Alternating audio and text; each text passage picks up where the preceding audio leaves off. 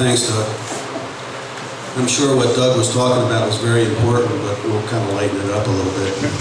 I know it's extremely hot in here, so and y'all want to get out of here, and I'm not going to delude myself that you stayed for this, for the gifts and the cookies. But I've narrowed this down to 2.5 hours, so.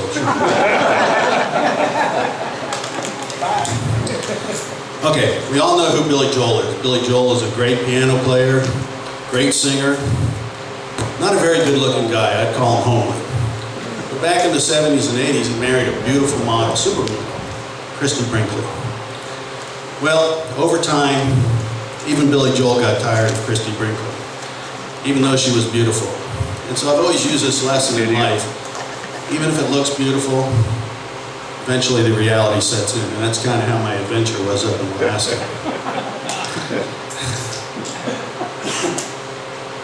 I went up to Alaska for the summer season.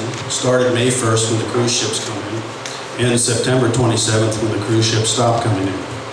Mainly they fly tourists out to the Misty Fjord. I stayed 1 month, and I'll get into why that was. Now let's see how I got there in the first place. Back in 1997, I decided it would be fun to get a seaplane rating. So I went down to Jack Brown's in Florida. And let me see if I can work this. This is only my second PowerPoint. I might have to call my wife up here to help me. Karen! There it is. All right, get past this first slide, which I was just experimenting with. Ready? Okay. So Jack Brown sits at Lake Jesse down in Winter Haven, Florida, which is very close to Sun and Fun. And they've got a very idyllic FBO down there and a school. And they've been in business since 1963. And they've certified more seaplane pilots than probably any place in the world. And they fly these J3 Cubs on straight floats out of that lake you see there. And of course, Florida, around the Winter Haven area, and the Lakeland area, which is why they call it Lakeland, has hundreds of lakes. And you can just go popping into all these little lakes. And it took about 2 hours of ground school, and I think it was 5.5 hours of flight time, and then they give you a check ride, and you're signed off to do seaplane flying. However, Texas was not very friendly to seaplane pilots at that time. If you wanted to go land in any lake around here, you had to get individual permission from the operator of that lake. Usually it was the Corps of Engineers. Well, the Seaplane Association got legislation passed through Texas that made it a blanket okay to land in any lake around here. They put out a book that tells you what lakes you can land in, what lakes you can't, and when you land in a specific lake, what areas to avoid. For instance, over here in Granbury, you have to avoid the dam area and certain areas that have stumps sticking up that you know about. The other factor about seaplane flying is insurance is very expensive. So I never really expected to really fly any seaplane or buy a seaplane. But around, I think it was 2003, Debbie was still mourning over the loss of John, and I said, why don't you go down and get a seaplane rating, something to do. I don't know if she was up for a biannual rating, but you can get any rating that you get suffices for a biannual. And this is a very simple rating to get. I think at that time it was under $1,000, maybe about $900. So Debbie and I went down back to Jack Brown's. She got her rating, and while she got her rating, I was refreshing mine with the Wings program. That next Sun and Fun, she walks back to the tent, which both her and I were down there, and she says, I see this seaplane I want to buy, this float plane. And so she said, go down there and talk to the guy. She told me what the guy wanted. I went down there and talked to him, and I said, I got a buyer for you, but you got to give me a real good price. So he knocked off a couple $1,000. I walked back and told Debbie, and she was like, yeah, let's buy it. So we went back down a couple weeks later. The guy checked me out in it. Deb got in the front seat, and we flew 13 hours back to Texas. Now this one has the amphibious float zone, so you can see the wheels there. So we landed here, and we were met by, well, there's Debbie, you can see the smile.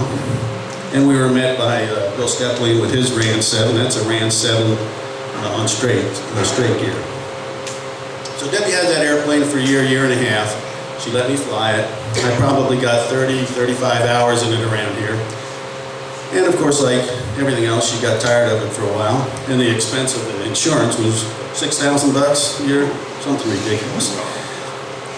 I guess it's more expensive to retrieve them from the bottom of the lake than just pull them off the run. So anyway, she got rid of that, and I really didn't expect to see any float plane flying again. The only other time I was ferrying airplanes for Van Borel Aircraft, and they had a Piper Super Cub that they took in a trade in Tennessee. So they sent me out there because I was the only qualified seaplane pilot. And I flew that thing back from Tennessee. I have a GPS picture in there of, I think I was doing 81 miles an hour at one time watching the UPS trucks go by, because those floats provide a lot of drag. And they didn't want me to land in the water with it because they weren't insured for it. But landing one of these things on ground is like landing a tailwheel airplane. These front wheels caster, so any side wind in that airplane wants to turn. So the total amount of my flying at that point was about 43 hours. In 2012, June of 2012, I retired from American Airlines. Spent 36 years with them. And over the time, I did a lot of simulator training. I got 7 type ratings with American: 27, 37, 57, 67, 77, MD-11, and Super 80. What do? You can go into Starbucks with that, show them that little license, pay them $7 and get a coffee. It means nothing now, but I spent a lot of time in training, and I always wondered whether that training would translate into getting a job someplace else. After I retired, I started applying online to some of these foreign carriers. The advantage of the foreign carriers are not handicapped by a seniority system. In the U.S., if you get hired on with somebody, you go to the bottom of the list, you work your way up. You can go over to China, go right into the left seat of a 777 if you have a type rating and you're qualified. So I thought that was a great idea. So I started applying, and I had an interview with an outfit in China called Xiamen Airlines to fly a 777 left seat. I asked Karen, I said, hey, what do you think about going to live in Shanghai? I thought it would be a great adventure, and her answer was not only no, hell no. So that kind of went by the wayside, not to mention that they required you to take an ATP test over there. It's a Chinese ATP test. 10 of the questions are in kanji, if you know what that is. That's those little squiggly Chinese things, so I would have got all those wrong. And I started looking back at the US ATP, and I couldn't even pass that anymore. So that wasn't an option. I looked at Emirates in the Middle East, and I thought Karen would look good with burqa. But that answer was no, hell no. And my last option was Copa, which is out of Panama. Now I can move into the left seat of a 737. If the medical that I got in retirement was taken away, and America was trying to do that through the court system, that would have been a good option. But they paid their captains less than they paid their first officers, but it was an option. So I pretty much gave up the idea of going flying anywhere. And then one day, I'm looking at Barnstormers, and I see an ad. And the ad says, float plane pilots needed in Alaska, 1,500 hours total time required, 100 hours float time. And I thought, well, I got 19,000 hours, I need the total time, but I only have 43 hours float time. But I sent an email off to the address, and I get one back. And the guys through the email asked me, what my qualifications are, send a resume, blah, blah, and I send it up there. And about a couple days later, I get a call from the director of operations, whose name was Clark Hassel. And he says, well, you don't quite meet the float time, but you got sufficient total time. He says, I don't think you'll have any problem flying the airplane. He says, I'm just a little concerned about you docking it. And I hadn't docked one since I went to Jack Brown's. And I said, well, if you hire me and I pogo one into the dock, you can fire me and I'll come home. But I think I'll be able to pick that up pretty quickly. So he says, okay, sends me a bunch of paperwork. I fill it all out, and I asked Karen at that point, because she didn't know I applied, what do you think? Hell yeah, let's go to Alaska for the summer. Well, it sounded like a great idea. Now, in my mind, things started turning. Like, I remember working for commuters. It was a lot of work, long hours, going to the same place. This may not be as great as I thought, but it would be fun to spend a summer in Alaska. So we started looking for a place to stay. The company, which is named ProMech, right here, which stands for Professional Mechanics, and they started their company as mechanics. They provided some leads on housing, but they didn't give us any housing. So the first person I called was this realtor, Big Dog Realty. And he says, you're going to have a hard time finding a place. I said, why? He says, well, there's a couple big projects going on in town in Ketchikan. This isn't Ketchikan, Alaska, by the way. And Ketchikan is the far southeastern city in Alaska. They're pretty mild temperatures. And he said they got two big projects, a hospital, and they're building some boats, so a lot of the housing was taken up. So, oh boy, it's going to be difficult. And he said, by the way, last year we had a real big bed bug infestation up here. And of course, when I told Karen that, she goes, I ain't going. So we started on this roller coaster, emotional roller coaster, up and down of whether we're going to make it, whether we're not going to make it. And about a week later, we get an email from a lady, and she says, I got your name from Big Dog, and we have a house. I have a house. I'm a single lady, parole officer, and then down below I have a full 2-bedroom and a kitchen. We go, oh, that's good, $1,200 a month. It was a little high, but what the company had offered me, we figured out and budgeted, and we said that could work, as long as we charged our guests when they come up to visit us a little bit. Anyway, so we accepted that. So now we're back up on the top of this roller coaster, and I'm thinking, oh my God, now I'm going to really have to go. So then we started telling some friends, which probably was a big mistake. And I told my American Airlines friends. And of course, they're all flying heavy metal, the same place. And they go, that's my dream job. I'd love to go up to Alaska and fly float planes. And so I kind of got caught up in this, you need to go. It's my dream, it should be your dream. So the first thing I asked the DO via email is, what kind of insurance you have on your airplanes? What happens if a pilot, what insurance do you have on pilots? And he wrote me back and he said, well, if you get injured, Alaska Workman's Comp would cover it. And I wrote him back, and I said, that's not what I'm talking about. I said, what happens if a pilot does something stupid, damages an expensive airplane, or hurts somebody? The insurance company, will they cover it, and will they come back after me, called subrogation? We've run into this before. If the FAA deems it's a pilot issue or pilot fault, will the insurance company come back and try to sue me? And he wrote me back, he goes, I have no clue what you're talking about. So I sent the same email to the chief pilot. I don't know what you're talking about. I got an email from some of the other pilots that were going up there. One particular guy had been up there for 13 years. He goes, I don't ever think about insurance. So now I'm starting to think, oh boy, I worked hard all my life to protect my assets, to get these assets, and I want to protect them. So finally, I get an email from the president of the company, Marcus Simmons is his name. And he wrote me and said, I don't know what you're talking about either, but he gave me the name of his insurance lady. And then for the next 2 weeks, I had this discussion over email with his insurance lady about whether she would give me a letter of subrogation for liability and damages. And she said, well, blah, blah, blah. Went back and forth, back and forth.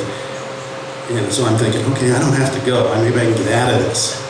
Well, she finally came through about 2 days before we were getting ready to leave and said, yes, we will give you a letter. So at least I'm covered. I don't know about any of the other pilots. And then I sent off one more email, and I said, you guys have shoulder harnesses in these old airplanes, because they were built before the shoulder harnesses were required. And then the letter came back, yeah, we do, and we use them. Crap, we gotta go. We had to plan for the ferry. The ferry runs from Prince Rupert, Canada, up to Ketchikan. Ketchikan's on an island, so the only way that you can get there is either by ferry or by airplane. They wanted us there on the 27th of April for ground school. There was a ferry that ran on the 28th, and that wasn't going to work, so we had to head up there to be up there a week early. So we got up, took 5 days to get up there. Some of those pictures that you were seeing were taking along our trip up there. So we got on the ferry, and we headed on up to Ketchikan. This island that Ketchikan sits on, all that gray area, is called Revillagigedo.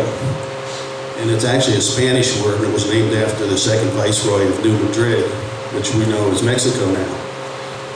And it's about 55 miles by 35 miles in diameter, or in length and width.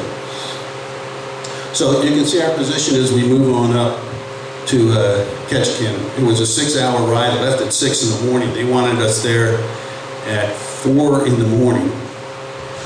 And we took care of all our documents beforehand, the day before, because we got there. And we got there at 4 in the morning, and we were like 8th in line, and we were the last ones boarded, because this ferry continues on up to other stops, all the way up to Anchorage. And so they put the first people off on last, and we could have been there like 5:45 and still been fine. On the way up on the ferry, we met some of our other pilots. In fact, we met them while we were waiting there at 4 in the morning. Everybody had dogs, and they were letting dogs out, and we got to talking amongst each other. Some pretty unusual characters. We'll talk about that a little bit.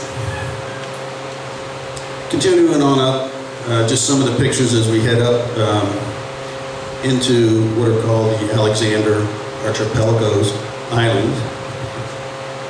And you can see these are just shipping containers, because everything is brought into Ketchikan in a shipping container. We're rounding Mountain Point here. Mountain Point was one of our reporting points when we flew. And it sits out there on the edge, and you'll see some better pictures of that.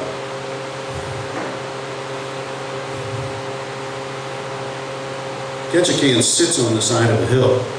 If you don't have a house on the water, you have to walk up steps to the next level of houses and further on up the hill.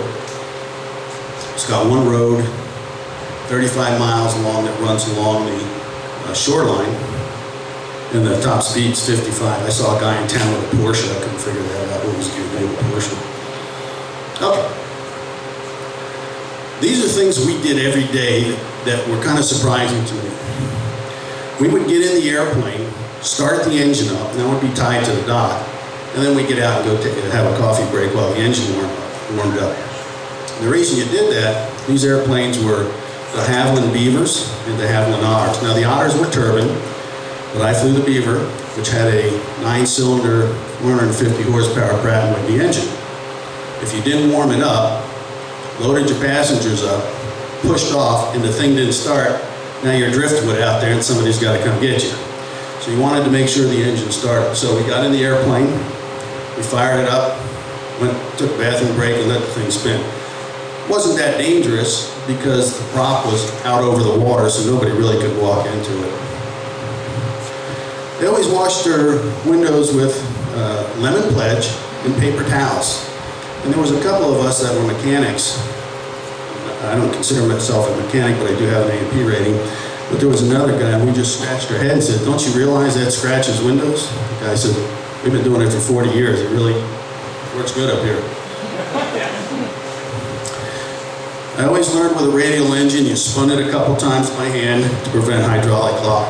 These guys never did this.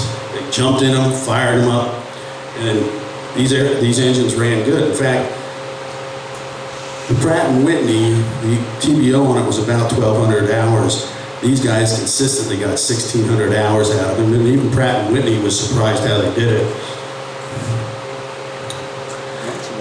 The first thing you did when you get in the airplane was not put your seatbelt on, because you wanted to be able to jump back out if you had to. Sometimes you had to open the door and look backwards before, especially with the turbine Otters, because they would back them up out of the parking space. Never shut the engine down with the mixture, because they wanted it to shut down quickly. If you're coming into the dock, you had to kind of gauge your energy, your movement, and it depended on whether you had a headwind, a tailwind, a crosswind, whatever. And when you were ready to shut it down, if you pulled the mixture, that would run on a little bit, and you'd go into the dock. And I did that a couple times, as did other people. Not too bad, didn't create any damage. So you'd shut it off with a mag. If you just needed a little power, you would shut one mag off, use that energy, and then shut the second one off. And of course, we flew without any brakes. Never had any good brakes on it. All right, so we came into Ketchikan. Ketchikan was the 4th largest city in Alaska. In 1930, I think it was a leading city, and it had fishing industry, lumber, and tourism. And of course, the lumber business went out, and just tourism and fishing. All right, the housing was, the housing was not good. I never did find $1 Million Row. There were no really nice houses. Some of them might have cost a million, but they certainly didn't look it. But this was our place that we got in the bottom of that lady's house. And you could just think it looked like a fishing lodge. Pretty much nice wall paneling, 2 bedrooms, had a fireplace that she didn't want us to fire up because she thought it would burn her house down.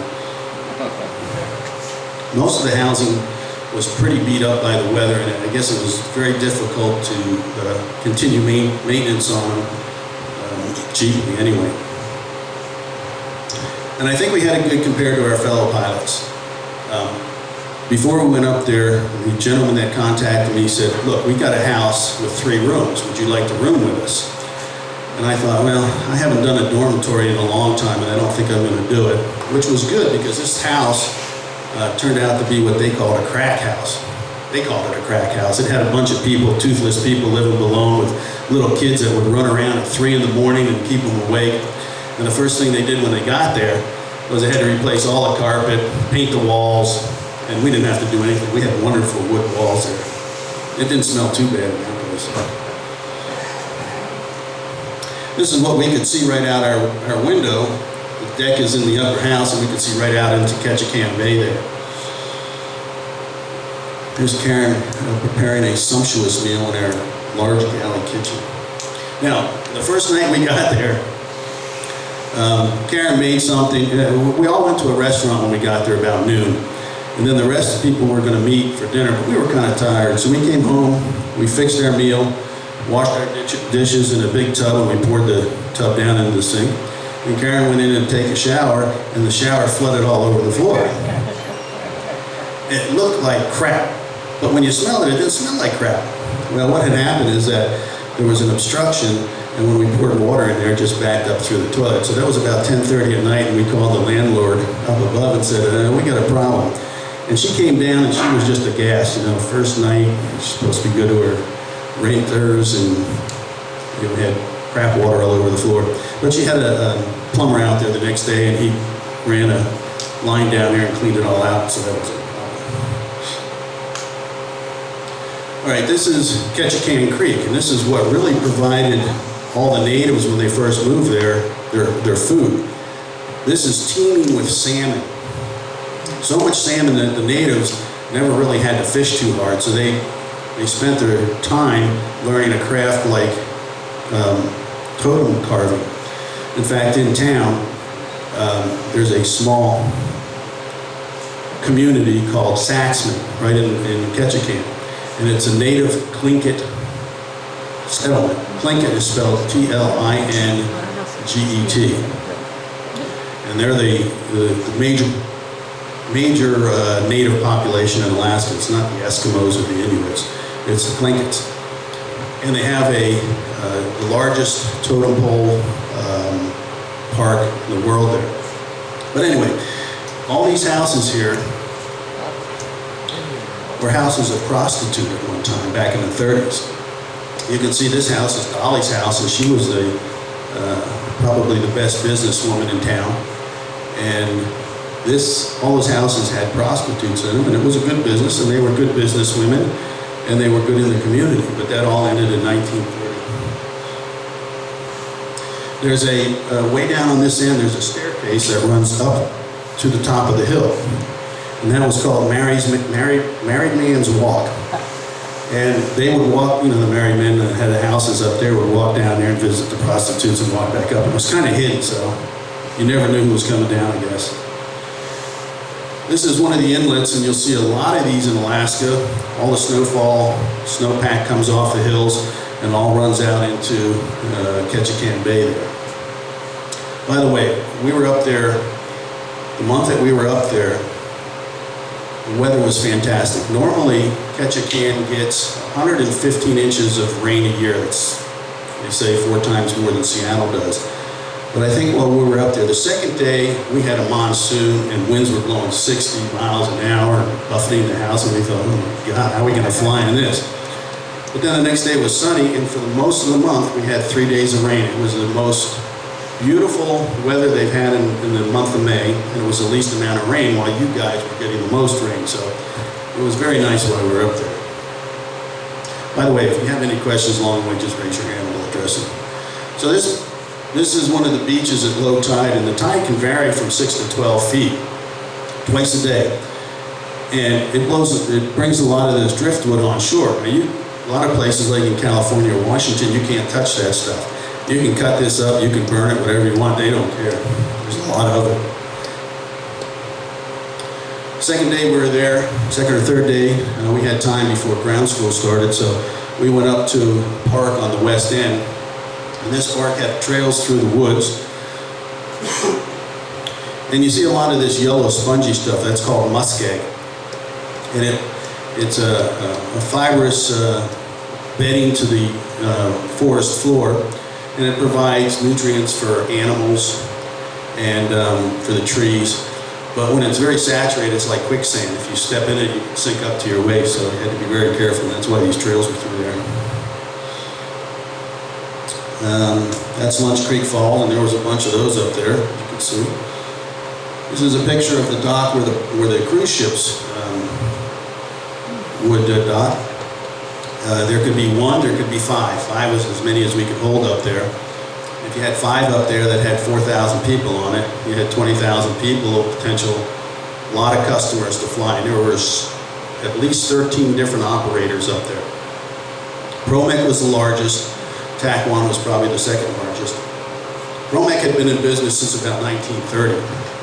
Now, everybody who arrived this season was new there. The director of operations was new. The chief pilot was new. Now, the director of operations had lived there all his life. He was about 58 years old. The chief pilot was 40 years old. He had been there all his life. His father had worked there, and his grandfather had been a bush pilot. They had named a lake up in the mountains, Lake Man. It's an Italian name, I forget what it was. But anyway, they named a lake for him. This guy knew every point, every mountaintop, every inlet had a name to it, every mountain had a name to it, every valley had a name to it. And he got a little frustrated with us new guys because we wouldn't remember these points. You had Race Point, you had Mountain Point, you had Higgins Point, you had Vassar Point. These were all reporting points coming in. And one day I asked him, what's that? And he goes, he says, you guys got to learn these things. And I said, how old are you? He said, well, I'm almost 40. I said, give me 39 more years and I'll have them all memorized. I haven't been here that long. And he kind of calmed down a little bit after that. A couple words about the DO and the chief pilot and the owner. The owner, Marcus, couldn't be more than 42 years old himself. He was part owner in this thing. And the chief pilot was 40. And then the DO was 58. They were all new there, except for Marcus. And the chief pilot and the owner were kind of hot dogs when they flew. I saw them do things that they later told us not to do, and that's not really a good thing for a chief pilot to do. I don't think he wanted to be chief pilot. He just wanted to fly like the boys. That's all he wanted to do. In ground school, when we started, we had a couple tabletop boxes of a Garmin 480 and a Chelton system. And we had worksheets that we had to learn these things. Well, a lot of the guys that were up there, we had 3 guys that were hired were 65 years old. There was me at 58, another guy at 57, and then we had a 52 and a 36-year-old kid. But most of these guys didn't know these instrument stuff. They all flew a VFR. And Carl, the chief pilot, he was like, I don't know, just read the thing. So I ended up teaching most of these guys, and I got pretty good at it myself after about the 5th time of showing these guys how to use these things, how they work. Why we had to know that, I don't know, because we really didn't use any function on it other than the traffic. ADS-B is coming